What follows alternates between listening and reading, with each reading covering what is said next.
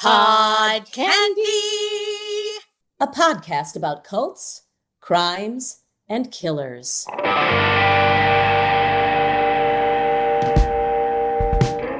Before we begin, a content warning. This episode discusses the deaths of children, severe mental illness, postpartum psychosis, and religious extremism. The material may be deeply distressing for some listeners.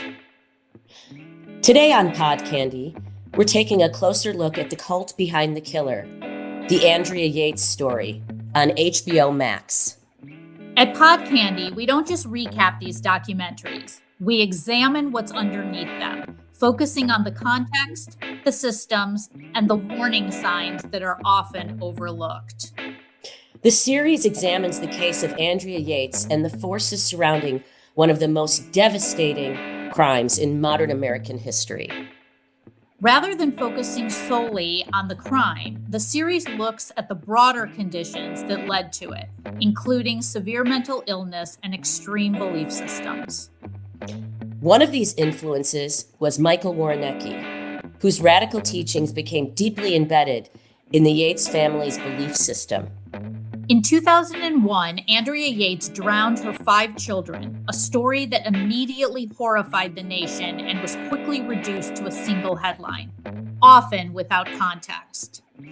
What this documentary presents is a far more complicated and troubling reality, marked by warning signs that were documented and repeatedly ignored. Please listen with care. Outside my window, it's only raining. When the wind blows, I feel pain. I don't need no doctor, baby, I'm not sick. My body's been locked up, heartbroken ever since.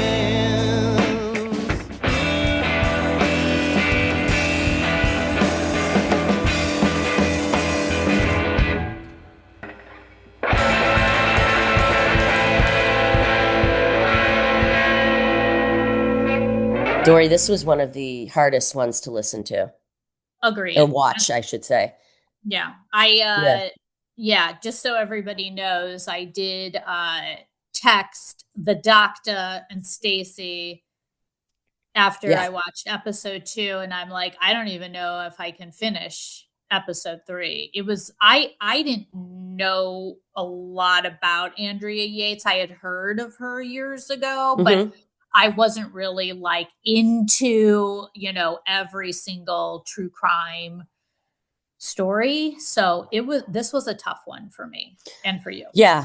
And I have to say, I had the same experience as you. I turned it off quite a lot and, took a break because, you see these adorable angels, these kids, these 5 kids, and they're just, I think the oldest one was, how old was the oldest one? Maybe like 5 or 6, maybe. 6. Yeah. Yeah. And, aging down to babies. But I didn't, all we hear about, talk about without context, all we hear about and all I heard about when I knew about this case years ago, was that this woman drowned her 5 kids in her bathtub. But now we look deeper into this and we realize that there was a religious, cultish component from this dude that the whole family was following, the dad, the husband, Rusty, and Andrea. Houston Police, it's Stubblefield. I need a police officer. What's the problem?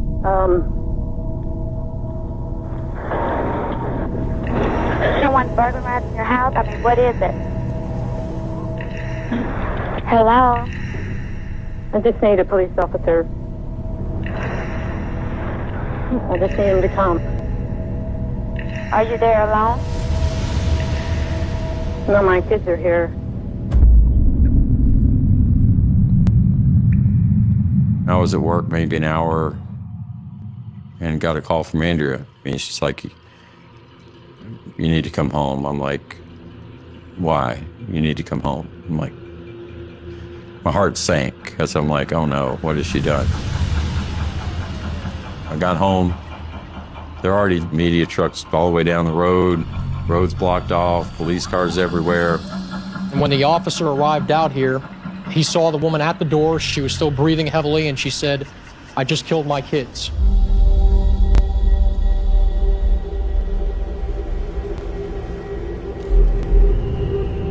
She let him in. On the bed, covered with a sheet, were 4 of the children. And a short time later, a backup officer found the 5th child in the bathtub. When I got to the house, the police wouldn't let me inside. And Andrea was still inside the whole time. I remember banging on the back door. How can you do this? I don't understand. How can you do this? I don't understand. I'd do anything, to save my children, and there's nothing I could do. But, they blamed her depression and her weird behavior for years on postpartum depression. They put her on meds. I think she went off meds. There was this influencer, Michael Woroniecki, this Christian, extremist, who believed in death and devil and demons and stuff that influenced her. And, it showed a real person completely brainwashed, in my opinion. Yeah, no, I agree with you. And I just want to confirm one thing. Was her husband, isn't it Russell or is it Rusty? Rusty. Oh, her husband is Rusty. And then Moses was the other gentleman who spoke. Moses. Okay. Yeah, Moses. Right. And then there was another guy who I loved. And for some reason, John gets all the names. I don't remember. He's getting it right now. He's very involved in the story. Well, yes, he's very. So there were a few people, we find David. Okay. Of course, it's David. The easiest name to remember, David and Goliath. So yeah, David and Moses both talked about their experiences with Michael Woroniecki, similar experiences that Andrea Yates had. But Andrea really was deeply, deeply embedded in this. Yeah. So world.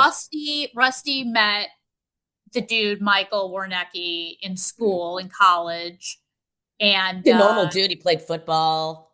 Yeah, he was but he was really into preaching about the Lord. Like even at that time. And it's obvious that Rusty and Andrea are very, into Bible teachings and really into religion. But it sounded like Rusty kind of took more of the back end approach, where Andrea got fully wrapped up in, and she got fully wrapped up in this Michael Woroniecki and his teachings. Early on in our relationship, Andrea and I both were in communication with Michael Woroniecki. He would send stuff in the mail like a track or a cassette tape. God chose a little guy named Michael Peter Woroniecki to share truth with you. It would almost be like too strong a word might be spiritual advisor. God wants to save you. God wants to heal you. God loves you. I had met him back when I was still in college. Jesus Christ, Lord of Lords and King of Kings, and shall set fire to this earth. I felt like he was genuinely trying to follow what he read and saw in Scripture and tried his best to not be hypocritical. Not church, not the Pope, not Roman Catholicism, not American Christianity. Jesus Christ, the living God. I'd never seen that kind of message where you don't have to belong to a church, you don't have to belong to an organization to find God. I admired that. But let's also say, like you had mentioned the word like influencer, like this is back in the 90s. Like these people were giving each other calls and sending each other snail mail and tapes for the teaching. So it wasn't like they were hopping on the internet. Exactly. This is old school. Teaching. This is not like old school. And like they must have been, Andrea Yates must have been so into this to receive. David also was saying like he would get these tapes and passages and constantly be communicating back and forth. And again, these people had no internet at the time. It was literally just through the mail, through maybe a call, sending tapes back and forth.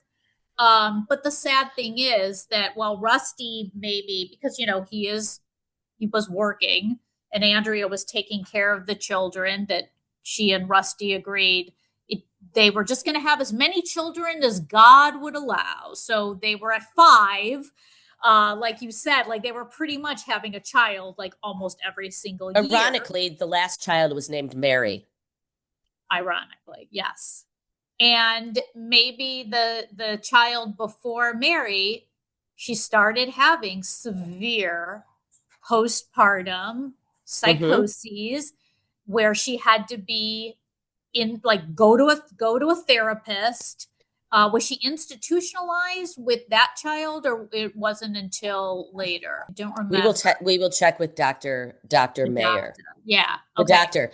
But, you know, just like everything else we see, you know, kind of recently in the news when it comes to extreme religion, I won't even say Christianity, but there's just absolutely no accountability. It's just lies, lies, lies. Michael never, I didn't know David. I don't know these people. And he and his wife, Rachel, are just running around the country continuing to do this. He's not been in jail. I think he should be put in jail for the way he, the word is coming to mind is influence. The way he manipulated, gaslit, and brainwashed these people. But again, the hypocrisy of the religious, you're religious, but you're also a fucking liar. Yeah. With no accountability, no apology, nothing really human. Yeah. I mean, he's out call there. Yourself a man? You call yourself a man? Pussy is what I call you. Ooh, yeah. I'm really angry.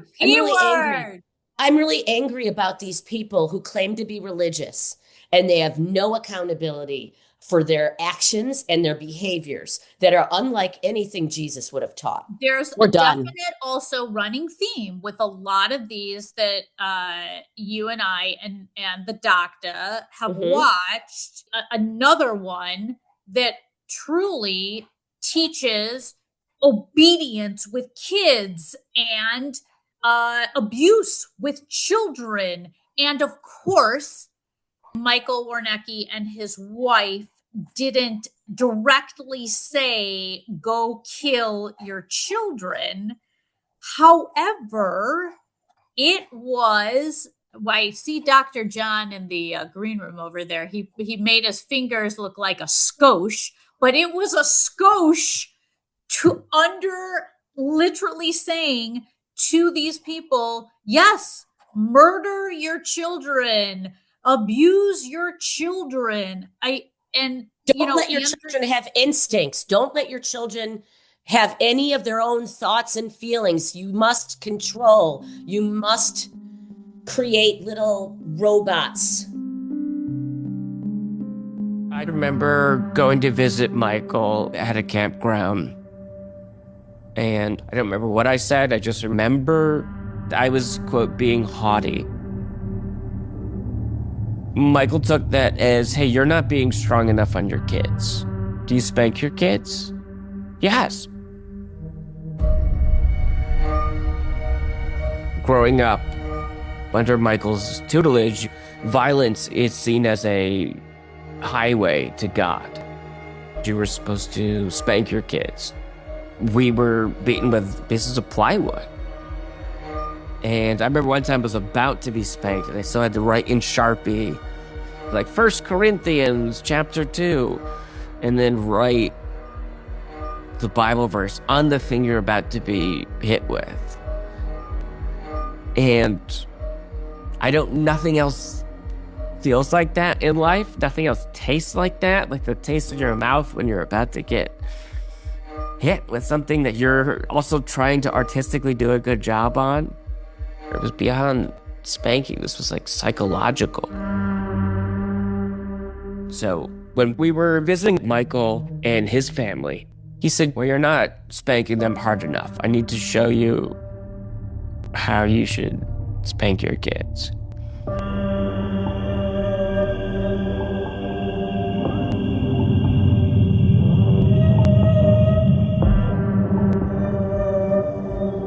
I was kind of like checking in with my mom's eyes to, okay, we're not going to do this, right? This is insane. But she was sort of nodding off like, this is actually a blessing. You get to be spanked by the Michael. You get to get the shit kicked out of you by the Almighty.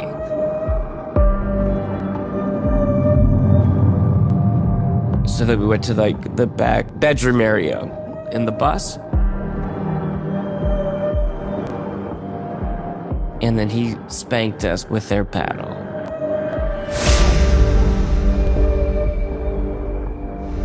So why again, we go over this every single episode that we do these, that we watch these. Why push for so many children when you just are teaching to abuse them? Yeah, I'm snapping because that's the hypocrisy again. Pro-life, pro-abuse. It's not pedophile, right. And we pro-pedophile. Yep. And we don't Pro-life. say pro-life, right, Stacey? Like, this is not a life. A lot of these children lead. No. This is have a baby so that it can go into the system or be abused or be murdered on the street or be in a family of people that are extremists and not giving them any kind of life. Right. And so the other gentleman, one of the guys is named Moses Storm, who really had a parallel life to the I love it. He's a comedian, Dori. Yes, I looked that up. I saw that. I just wanted to say that. I'm sorry. Keep going. I really liked him. No, he was so emotional. But that's the thing. The comedian is such a shock because during this documentary, he was anything but comedic. It was just very sad. Very, very, very sad, very emotional. The opposite, empathetic, the opposite of what all these people are teaching. He's the one who said, I understood and understand where Andrea Yates was coming from.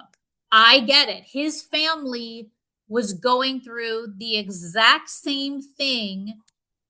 And when when Andrea Yates killed her children, Moses was like, I wish it was us.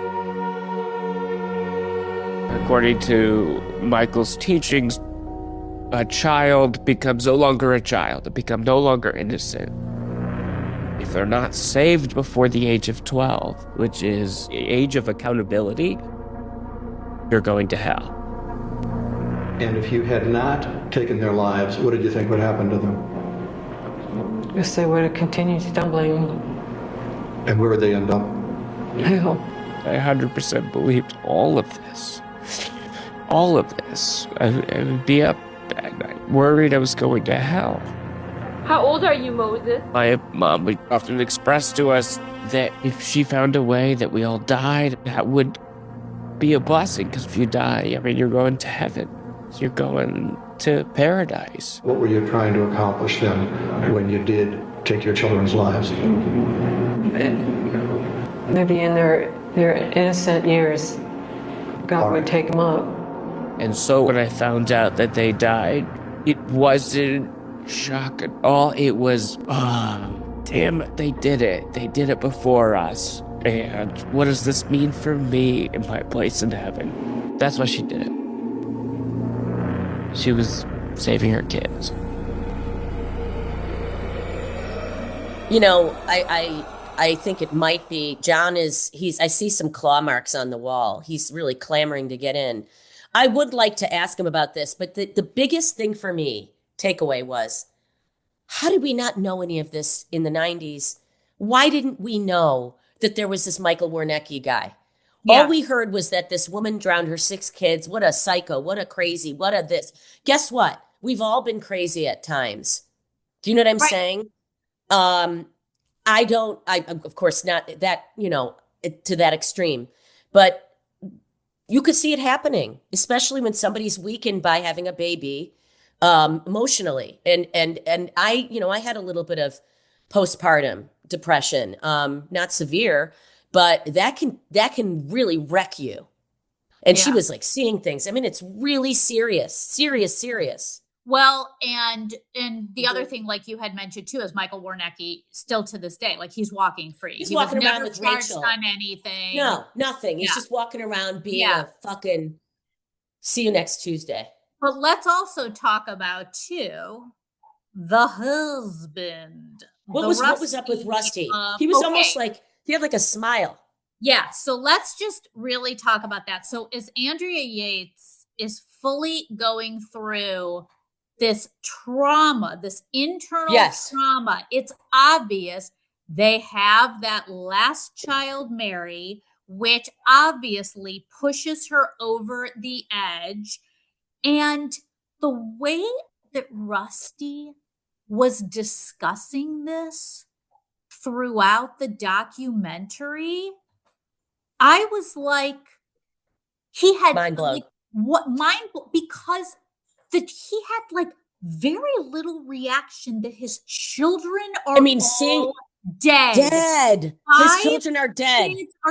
He made mention that she was my wife and I loved her. He's no longer married to her. He has since remarried and has another child. He has 1 son.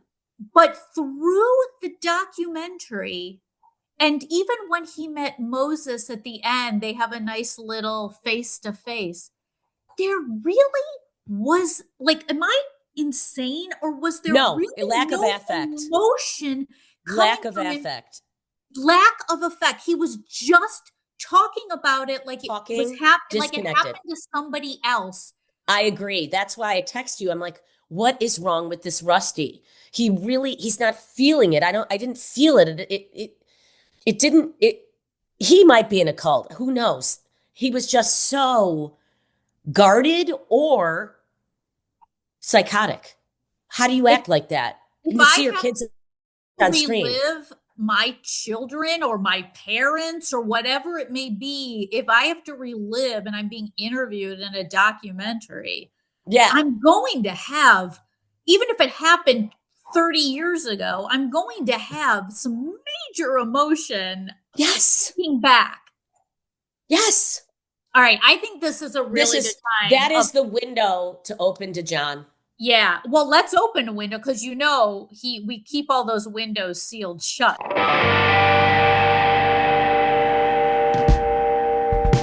Really? There are no windows in the green room. Oh wait, he's out. How did you breathe? Plate of chocolate chip cookies, which this week were rather old. My colleagues. Well, beggars can't be choosers. Okay. I think they were the archways from the holidays. Yeah, the archways that we saved, from our party, our pod. I'll tell you, in your discussion here, in particular today, I felt like a caged animal from the zoo. Just you're right, Stacey, clawing to get out because there's so much. This is a big one. It's a doozy. Yes, it's a doozy. Which, by the way, our audience is picking up on that word, and I'm not even that happy with that word, but it sounds it sounds like a really old guy, and I'm only 39. Oh yeah, you are very young, Dr. Yeah, John, he's 39. Thank you. How about we say the dues from here on out? Now this there one we is go. a dues. This one's a dues. Ooh, I think we just coined a new word. Thank you, Dori. That's a new word. We got to get that on our highlight tape. As always, I like to make a couple comments on the documentary. I thought it was a good documentary, but here we go. It really led into our existence because a lot of questions not answered as to why, how this became this way. Questions about this just popped up, and it's not in order of my, importance, but where did this Woroniecki get all this money to travel around the country and the world, the documentary never told about people sending in money. Once it did, because our good and very sympathetic person, David, sent Woroniecki $20,000 to go to Europe to spread his preachings, which was crazy. That was when David was rather spread manure. Yeah. And I agree with Stacey. I have so many notes here, and forgive me for not making eye contact with my lovely colleagues, but I have so many notes to reference. And one of the things that Stacey said, which I had loud and clear in my notes, is this whole way in which this Michael Woroniecki preached, because he's yelling and screaming and berating people for, they're going to go to hell, et cetera, et cetera. And Jesus was never like that. He was a teacher and calm and loving and peaceful. And this guy's an absolute fanatic about you're going to go to hell. And as Dori pointed out, and I had to make a motion from the green room, that I really think Woroniecki was very responsible for instructing Andrea to kill her children. And, we've seen other cases that we've talked about, and I've had many cases where somebody like that, who is really an accomplice to murder, but nobody brought him into any of the cases. Were they lazy and didn't want to do it? Because, let's face it, Andrea Yates was a pretty much an easy case to prosecute. It probably didn't cost all that much money. It was plain she killed her children, and maybe they just didn't want to throw the net wide enough to lasso this Woroniecki guy. But I feel he's just as responsible for what happened as anybody else. And didn't Andrea, when she called the police, I think she had just, when you look in her eyes in the courtroom, literally, it was like nothing was there. But I feel, and you can better talk about this because of the psychological effect, but I feel like she was like, yes, I killed my children. Yes, I should go to prison. Yes, just like this is going to be my life. Yes, I did this. There wasn't a lot of emotion from her, it seemed, either, where she was just resolute that this is going to happen. This is going to be my life. I killed my children. I love my children, but I killed them. And now I go to prison. Absolutely, Dori. And there's another, what was behind that? Because that's almost a glimmer of good mental health. She called the police after she did this act. That shows a little bit of conscience, or is it? And that psychiatrist who they had on, who was fine, I'm not knocking him, but he didn't get at, okay, what was going through your head at the time you called the police? Were you just trying to get help to get rid of the bodies? I know that sounds terrible, but she was so psychotic. That's the only reason I can think, why would she call the police? You love your children? Yes, not in the right way, though. Mrs. Yates had a number of paranoid ideas. She claims that she and the children would watch cartoons. The characters would speak directly to her, telling her she was a bad mother. Mrs. Yates believed that she was marked as evil. She believed she had 666 tattooed on her head. And she believed that Satan was literally within her and surrounding her and influencing her during her psychotic period before the killing. Michael Woroniecki lectured about Satan being a very powerful force. The ravaging power of Satan, he will destroy your mind. Michael Woroniecki is emphasizing how real Satan is and how these demons and Satan will take over your mind. Satanic powers of darkness are seeking to war against you. So she clearly was strongly influenced by Michael Woroniecki. You need to wake up and to learn how to effectively fight. His testimony was one of the most powerful. I've never forgotten what Dr. Resnick stated. Andrea Yates' religion was the trellis upon which the ivy of her mental illness grew. Everything in her psychosis tied back to her religious beliefs. And let me tell, I think this is a good time to talk a little bit about postpartum depression and psychosis. And I might alienate both of my colleagues here because of what I'm about to say. And I've treated many patients with postpartum symptoms. And I will tell you through my experience that, and I'm trying to say two things at once here, this gets at also some of the hows and whys that the documentary doesn't talk about. In postpartum symptoms, let's not even go as far as depression and psychosis yet. A lot of it is about the postpartum period will set the table for you to react in a certain way, emotionally, psychologically. Whether you actually become postpartum depressed or postpartum, in Andrea's case, psychotic, really has deeper causes within your emotions in your brain, which means what I observe about Andrea, this just didn't happen in isolation at this time in her life because she had 5 kids in a row and she becomes postpartum twice. But we need to know what was beneath that. What was her upbringing? The documentary didn't go into her and Rusty's upbringing. What was beneath the postpartum that, again, postpartum sets the table where you could explode. There's plenty of mothers out there that give birth and they control their postpartum. Everybody has a postpartum reaction, and I'll get to that later. That's a good point, because I think I was thinking about this too, and the way that like Rusty didn't show a lot of emotion as he was talking about what happened in the past.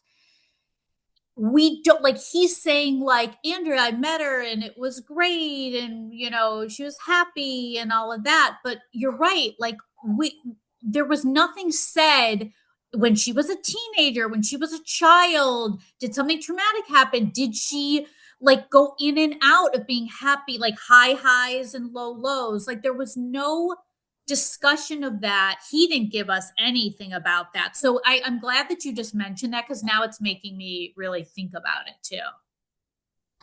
Does postpartum start with something physiological or like so will you explain that? Because I think it's yeah well, there's only a few periods in your life where you have the biochemical and hormonal changes that occur in giving birth and being pregnant. Your whole hormonal and biological system massively shifts in order for this wonderful event to occur for a woman. And as I said, there's only a few episodes in our life, especially as men, can identify with. One is birth. Next is our pubescence, when we get to be teenagers, etc. Menopause is another time. Death is another time. But motherhood is very unique in that way. So your whole biochemistry, your whole hormonal system is absolutely shifting. So what happens after you give birth? It's almost like the bottle has to come back in. It has to get back into your normal biochemistry and your hormonal system. And that's where postpartum comes in. Postpartum symptoms exist in every mother. I know that's a bold system to say, and please don't take offense at it. But whether it's expressed, like I said, it sets the table for you to be emotionally upset. Like you said, Stacey, you went through some postpartum. It's very normal. It's very normal. But because of your strength, your emotional and mental health strength, it was like you got through it, and you didn't kill anybody.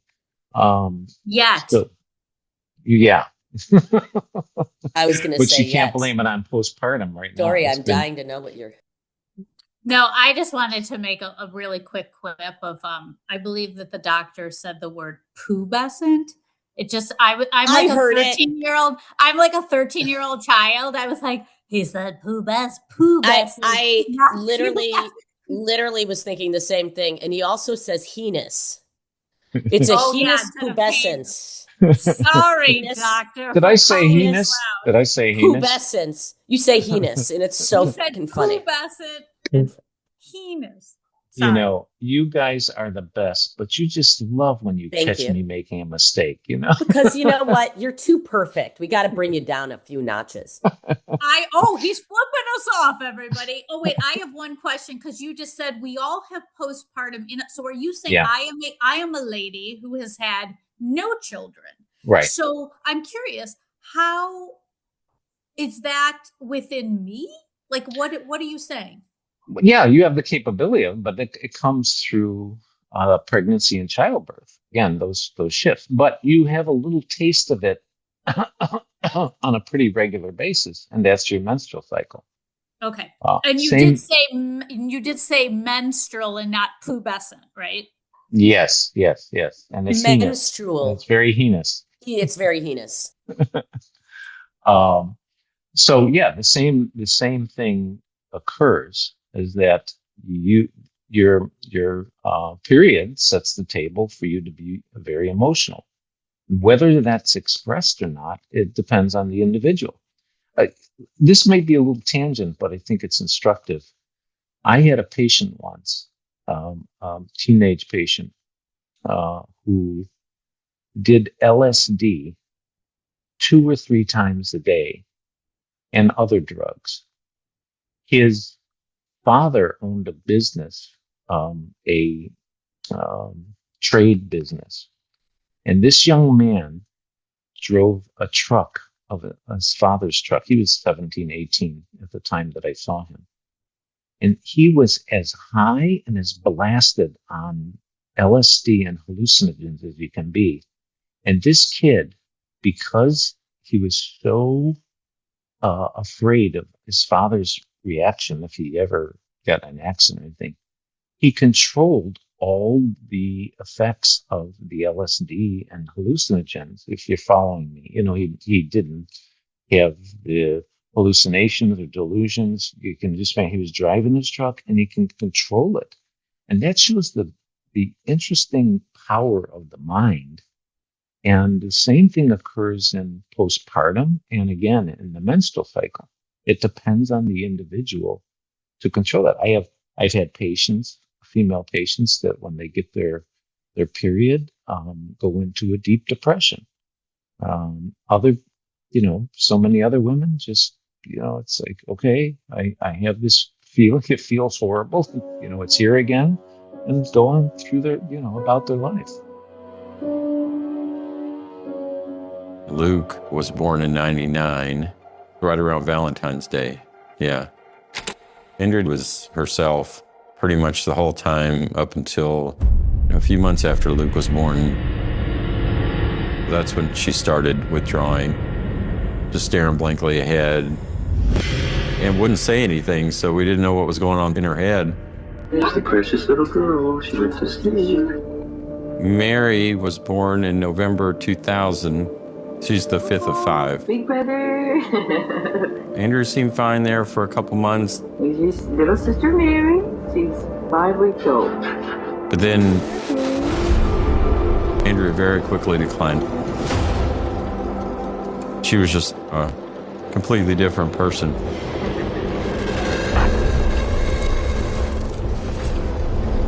She was nearly catatonic.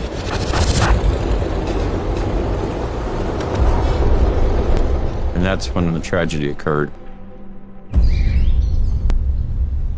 There's something behind here that I would love to have gotten some information on. Her childhood or adolescence, what was the, we call it etiology, the deeper cause of what happened. So that's another question. I wish the documentary would have went into her background. I'm just looking up Andrea Yates was born in Texas in 1964, was a high-achieving nurse and honor student before developing severe untreated postpartum psychosis. Yeah. It does say that. I think they're pinning it on the postpartum psychosis, and my point is it has origins deeper than that. Really and she struggled with bulimia. There you depression. Go. Boom. There you go. We got some science to it. And Moses, his mother, who was the niece of Michael Woroniecki, right? Wasn't his mom related to Mr. Woroniecki? Yeah, Moses said that Michael Woroniecki was his uncle. Right. So again, the parallel. Well, there is the parallel because he had a bunch of siblings as well. And as soon as Michael Woroniecki really got involved in their lives, things went off the rails as well in terms of the heightened religion and you're going to go to hell and all that. And I was scratching at the walls in the green room at a moment when you were both talking to point out, if you remember, Moses said he was brought into the trailer that they're living in, and Michael Woroniecki told his mother, "I want to show you how to spank the boy." And Moses got the hell beat out of him by Michael. And he was Woroniecki. Like 3? He was like young, like he was little. Yeah, he was a preteen. Yeah. Oh, he was older. I have a hot take. Yeah. Do we think that some of this abuse is oddly sexual and sort of overly involved in hurting kids and beating them up and all these things? It just feels very... Like not just Michael Woroniecki, but just in general, and these themes of the men giving the rules and that a lot of the abuse that it could lean to. Yeah, just leans into it. Haven't we seen in the cases that we have discussed so far, you're really onto something here, Steve, because in those cases, weren't all of those people had a weird sexual life as well?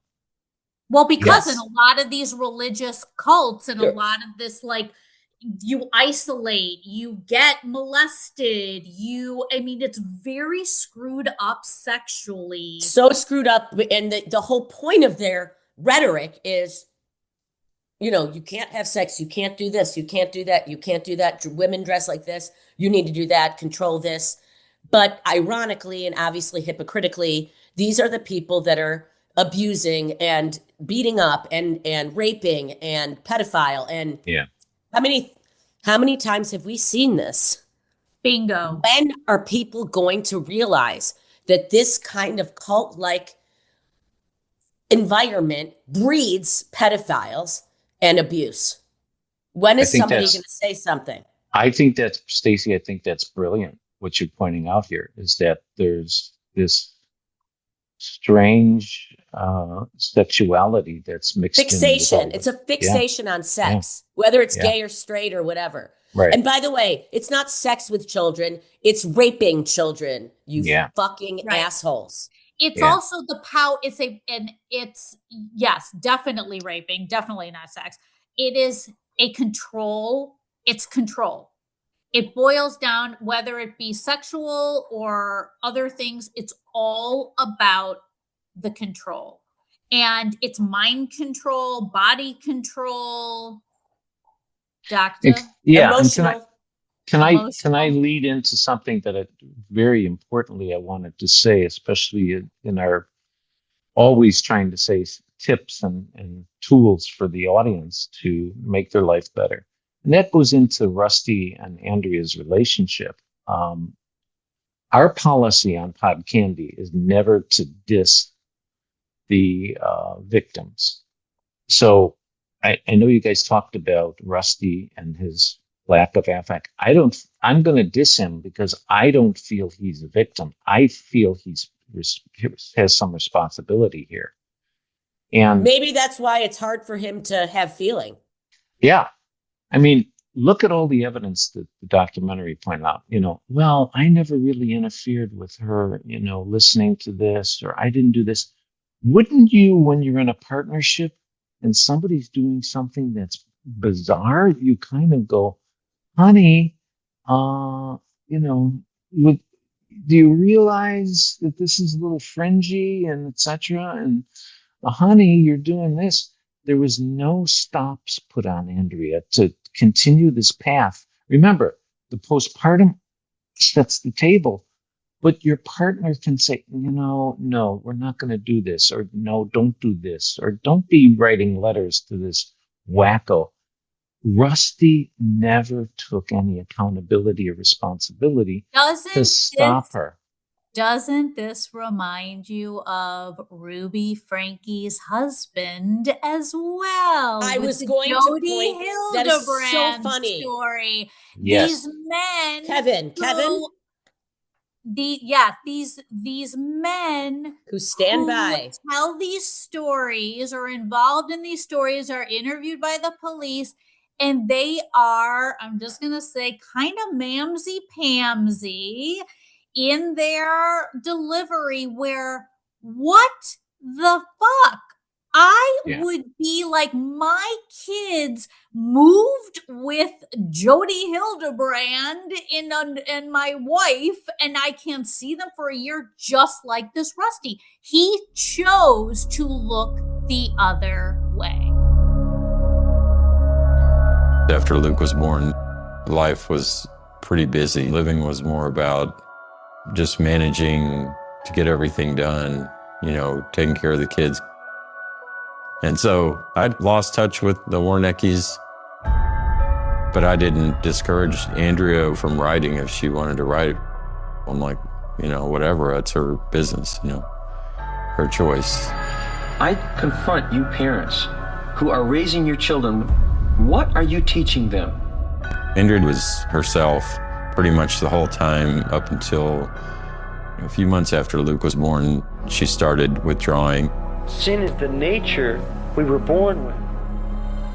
She'd not been like that before that I ever noticed. One day, she called me at work. She said that I should come home. She didn't sound good. When I got back, Andrea was crouched over and shaking, not saying anything, staring blankly ahead. Are they learning? God, Bible, Jesus, God, Bible, Jesus, God, Bible, Jesus. I didn't see it as any kind of illness. I just saw it as, she's just, maybe it's been too much. She's just faltering for some reason. Are they having that ingrained and trained by a mother? And we can only carry so much with us. She just needs a break. I don't know I didn't know. And the biggest evidence is this whole buying the bus to live on and to go around the country spreading the word. Rusty did, I just we bought a bus. Andrea wanted to go and do the same thing as what Michael Woroniecki's doing. So, acquiesced to her craziness. Marriage is a partnership. It's a partnership with equality. Our audience can't see it, but when I'm working with patients, I put my hands up like this and go, it's equal. It's not, the scales of justice going, crazy. It's an equal partnership. And Rusty had no equality or no responsibility in watching this path of craziness go on. And, but sometimes I think like maybe because of they're such religious fanatics that they feel like there is no emotional on it. It's literally like, this is what I was taught. This is what we do. I'm the man. I work. I have a job. I have sex with my wife to have as many children as possible. She raises the children.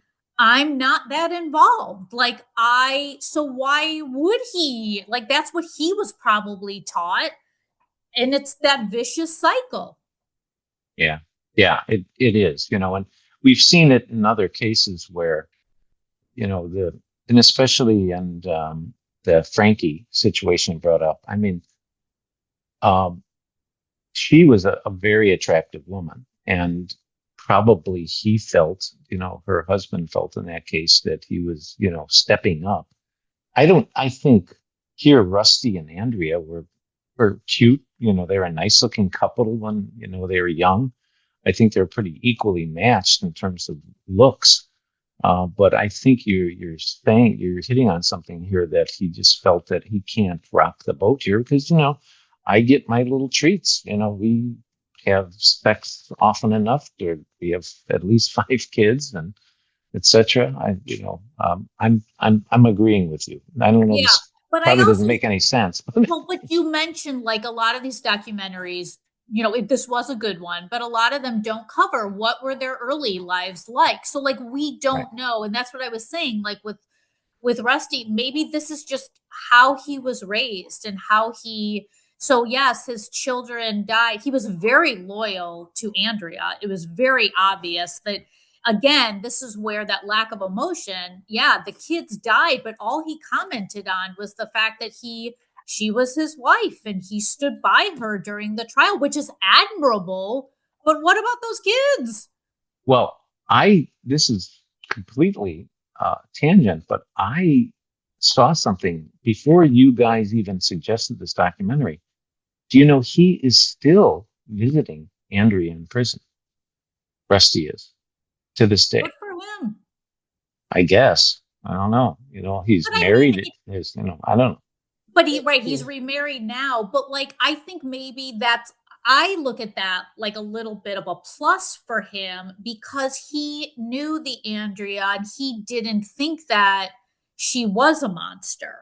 Like, so maybe that's a little bit of a prop for him. But again, I didn't get through the documentary. I didn't feel once, and I'm sure he has, so I don't want to get knocked for this, but I didn't feel that his main priority was the children dying. Like that to me was like an afterthought. Like what about how he was communicating in the documentary? There was just such a lack of emotion that it was more emotion for Andrea as opposed to all 5 of his kids died on the same day. Like that is crazy. That's crazy. I would be very different in retelling my story on this documentary. So would I. Yeah, I don't know if I could. I don't know if I could even do it. I don't either. I don't know if I'd be alive. Yeah, I know. I mean, it's really brutal. I can't imagine. I can't imagine. Isn't this the documentary we watched where they when they went in, the investigator was crying or upset? Yeah. We've done so many of these. One of the police officers. Yeah. One of the police officers said, "I've been on crime scenes before, and this is the first one I've lost it." And they showed him absolutely bawling outside. Yeah, because it's so extreme and and shocking and sad and awful. You see a lot of homicides, but you don't see a scene like that. Sergeant Randall Beatty never cried in his 16 years in the force until he saw the horrors inside this house. I'm so nervous. Makes my stomach hurt. Tragedy is an understatement. I don't believe there are words in any language that can describe what has happened. And again, I don't want to get on Rust, like, I don't want like Rusty to be like, who's this Dori who's talking about this man who's a saint or what? Like, I don't know him at all. I'm just going off of what you saw. And you can only go off what you saw. Yeah, and it's years later. So maybe like that's just his demeanor and he is one to keep it all inside. But it was just that when Stacey texted me, like, what do you think about the husband? I'm like, oh, I have many thoughts on the husband. To me, he was like the one person at this whole documentary that I did not like it all. Just my thought. I didn't like him either. He hadn't much of a personality. You know, if I would do a little psychoanalysis on him, he's an engineer that takes, brain power that usually are pretty science oriented, logical, A plus B equals C kind of a brain, but oftentimes the more scientifically oriented individual doesn't have a lot of emotional life. They don't use that part of their brain a lot. And please, audience, this is no knock on engineers or people involved in science, but and he just comes across as just so blank.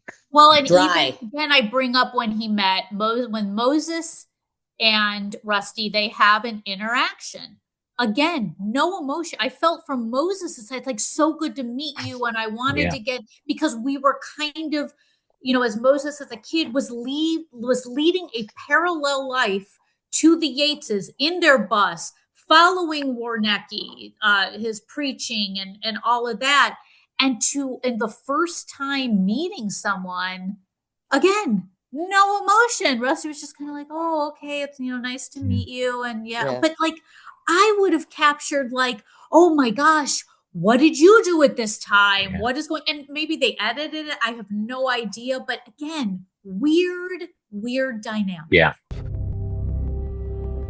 Can I tell you something? I 100% believe what the Woroniecki's would say and my parents' definition of God till I was 16. And when I found out what happened with your family, I was jealous of your kids because they did it.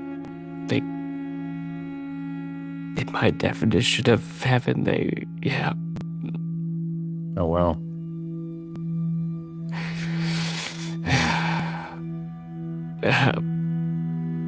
And I'm sorry I felt that way because obviously I know that's some irresponsible. I'm so sorry. But yeah.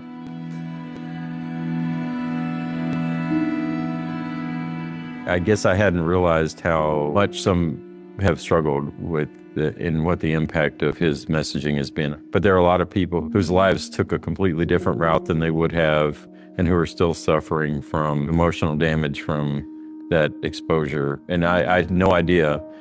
Yours is an amazing story because it started so young. You were born into that. Our role in these documentaries is that what's behind that? The other thing I just thought of as you were talking to him, is he on like massive medication or something like that he comes across so blank? I thought of it. Because he was really, really dry and blank and unaffected. So, there's got to be something. He was that when they showed early parts of the marriage and the first kids being born. He didn't show a lot of emotion even, I have to say, you said he was, I thought he was kind of a looker back in the day. I'm not going to lie. He wasn't bad looking. No, I agree. Dori's crush of the day. Found a hot person. Personality wise, I would never, ever, ever be interested ever. But he had some swag back in the day. He had some swag when he was a brunette as opposed to a white hair. Dori's I don't like white hair either. I like a white hair. No, believe me, I dated a white-haired gentleman for a while. Remember? That'll be another episode. Let's do the same guy you dated. The same guy you dated, Dori. Oh, I didn't. So here's date that person. It was occasional hangouts. Here's a revelation for interesting. us. So yes, John, you're ignoring our banter.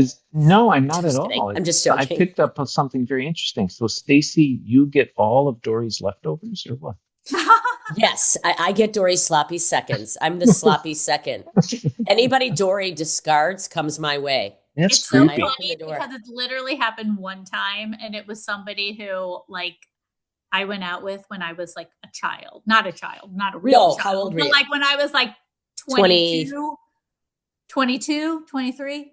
And Stacey met this gentleman much later. Anyway, was about I think this may be a good time to wrap this one up. All right, a couple of let's wrap it up.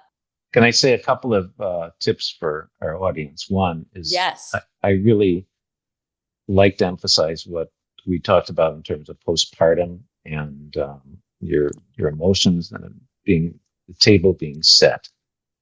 That's number one. Number two, relationships.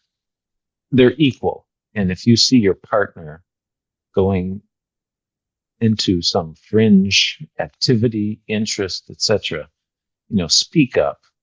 Don't just acquiesce to some of this craziness that we see.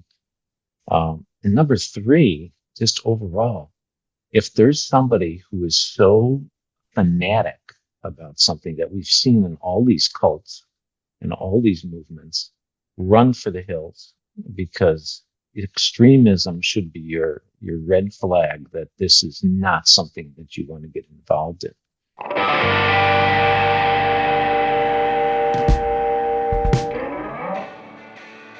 If you love our podcast, consider donating any amount to buymeacoffee.com/podcandy. Every bit helps us keep creating the true crime, cult, and pop culture stories you can't stop listening to. So people can buy us a cup of coffee? Stay tuned. Our next episode will feature Hollywood Hustler, Glitz, Glam, and Scam on Amazon Prime. Our theme music is written and performed by Midnight Current. Check out more of their work on SoundCloud. For more about us and to catch up on every episode of Podcandy, head over to podcandypodcast.com. You can also find us on Apple Podcasts, Spotify, or wherever you get your podcasts. See you next time. Pod Candy!